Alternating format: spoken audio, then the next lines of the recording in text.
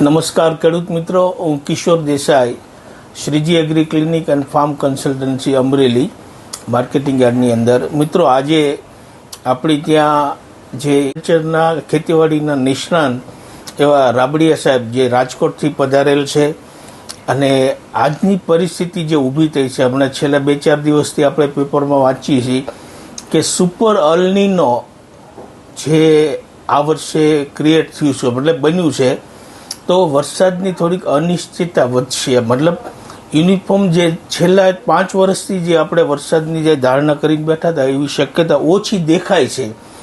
તો એને અનુલક્ષીને આપણે હવે પાકનું પસંદગી કરવી જરૂરી છે. તો આજે ઘણા બધા ખેડૂતો મગફળીનું વાવેતર વિચારે છે, તુવેરનું વિચારે છે, એરંડાનું વિચારે છે, કપાસનું વિચારે છે. તો એ વિશે થોડીક માહિતી જે છે આપણે રાબડિયા સાહેબ જે છે એ આપણને આપશે. તો રાબડિયા સાહેબ.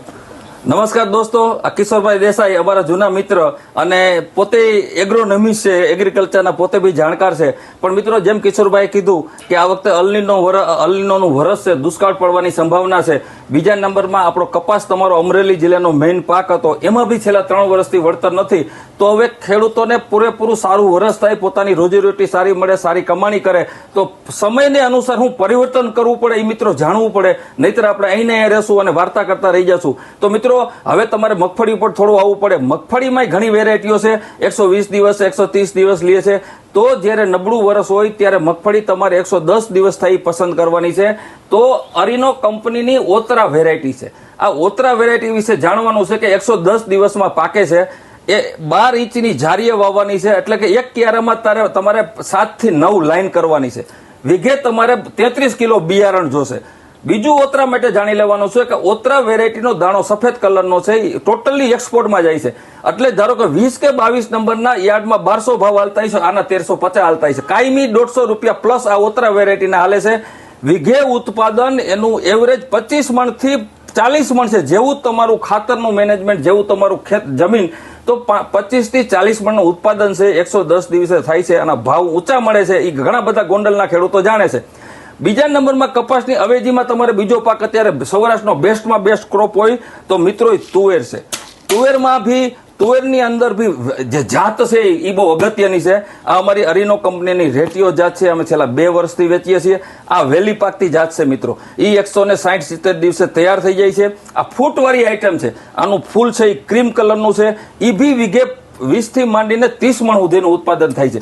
એટલે હું બધા ખેડૂતોને ભલામણ કરું છું કે હવે આ વર્ષે તમારે 5 લાઈન ઓતરાની કરવાની છે, 12 ઇંચને ગાળે, એટલે કે 6 ફૂટે તમારે 5 લાઈન કરવાની છે.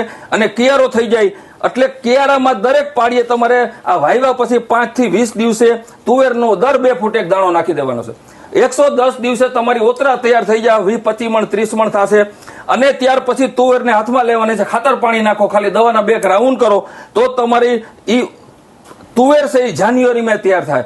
એટલે તમારી પાસે ઓછું પાણી હોય તો તમારે શિયાળુ પાકની જરૂર નથી. 25 મણ આ થઈ, 25 થી 25 મણ તુવેર થઈ, 2 ટેકાના ભાવે જાય છે. આ ટેકાના ભાવે જાય, આ ટેકાના ભાવે જાય. અને મફતનો ખર્ચો તુવેર છે. અત્યારે તુવેરમાં અત્યારે 1 કિલો બિયારણની કિંમત અમારી ધારો કે 350 રૂપિયા છે. વીઘે ખાલી 500 ગ્રામ તુવેર જોઈએ.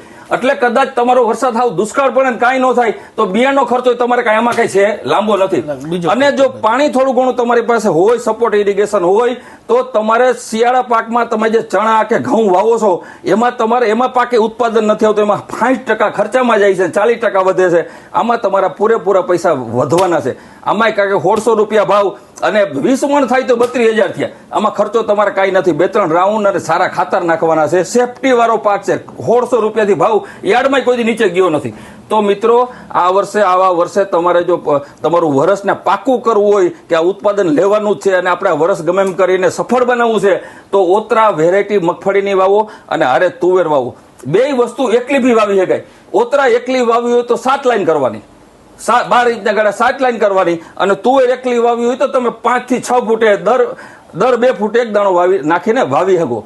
તો 2026ના વર્ષને સફળતાપૂર્વક તમારે પૂરું કરવું હોય તો અત્યારે આ સૌરાષ્ટ્ર કે આખા ગુજરાતની જોડી નંબર 1 છે. ઓતરા તુવેર ઓતરા મગફળી અને રેટિયો તુવેર. ફરીથી કિશોરભાઈ એમને આજે ખાસ આજે મને આમંત્રણ આપ્યું કે તમે આવો થોડુંક અમને સમજાવો, તો એટલા માટે આજે આવ્યો. એમનો બી ખૂબ ખૂબ આભાર. જય હિન્દ. Thank you.